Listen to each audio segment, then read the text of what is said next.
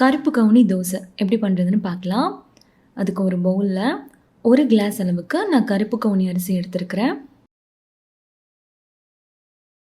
அதே கிளாஸில் 1/4 கிளாஸ் அளவுக்கு பாசிப்பருப்பு சேர்த்துக்கோங்க.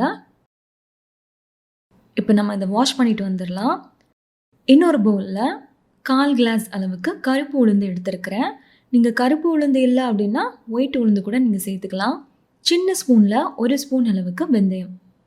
இப்போ இதையுமே நம்ம வாஷ் பண்ணிட்டு வந்துடலாம். பாருங்கள், ரெண்டையுமே வாஷ் பண்ணியாச்சு. 9லேருந்து 10 மணி நேரத்துக்கு கண்டிப்பாக ஊறணும். பாருங்கள், நல்ல ஊறி வந்திருக்கு. நான் இதை ஒரு 10 மணி நேரத்துக்கு சூப்பராக ஊற விட்டுட்டேன். இப்போ இது ரெண்டுமே தண்ணி ஃபில்ட்ரு பண்ணிவிட்டு ஒரு மிக்ஸி ஜாருக்கு நம்ம ட்ரான்ஸ்ஃபர் பண்ணிடலாம். ஒன்றாவே நம்ம போட்டுடலாம். அந்த உளுந்தம்பருப்பையும் கருப்பு கவுனி அரிசியையும் நம்ம ஒன்றாவே மிக்ஸி ஜாரில் போட்டுடலாம். கூடவே அரைக்க தேவையான அளவுக்கு தண்ணி சேர்த்து நல்ல ஃபைன் பேஸ்ட்டாக அரைச்சி எடுத்துகிட்டு வந்துடுங்க. இப்போ இது ஒரு பவுலுக்கு நம்ம ட்ரான்ஸ்ஃபர் பண்ணிடலாம். பாருங்கள், இந்த அளவுக்கு நல்லா ஃபைனாக அரைச்சிக்கோங்க. இந்த மாவுக்கு தேவையான அளவுக்கு உப்பு சேர்த்து நல்லா கை வச்சு இந்த மாதிரி நல்லா மிக்ஸ் பண்ணி விட்டுக்கோங்க. எனக்கு இந்த மாவை புளிச்சு வர்றதுக்கு ஒரு 5 மணி நேரம் போல் ஆச்சு.